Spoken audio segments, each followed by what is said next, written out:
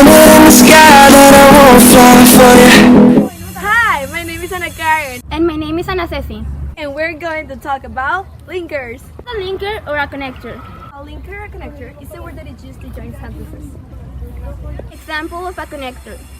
Do you want to go to the movies or would you rather watch one at home? The word or in that sentence is a connector. We're going to explain you some uses of the connectors. Use of and. And is used as a conjunction when the words or phrases are of equal importance and both conditions exist. Other words that it can be used as and are in addition, along with, as well as, etc. Now I'm going to tell you an example with the connector of and. Yesterday I went to the movies with Finn and Molly.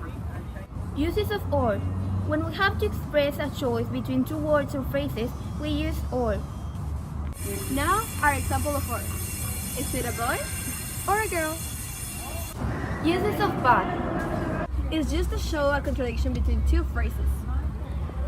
Words you can use instead of but is nevertheless, yet, and etc.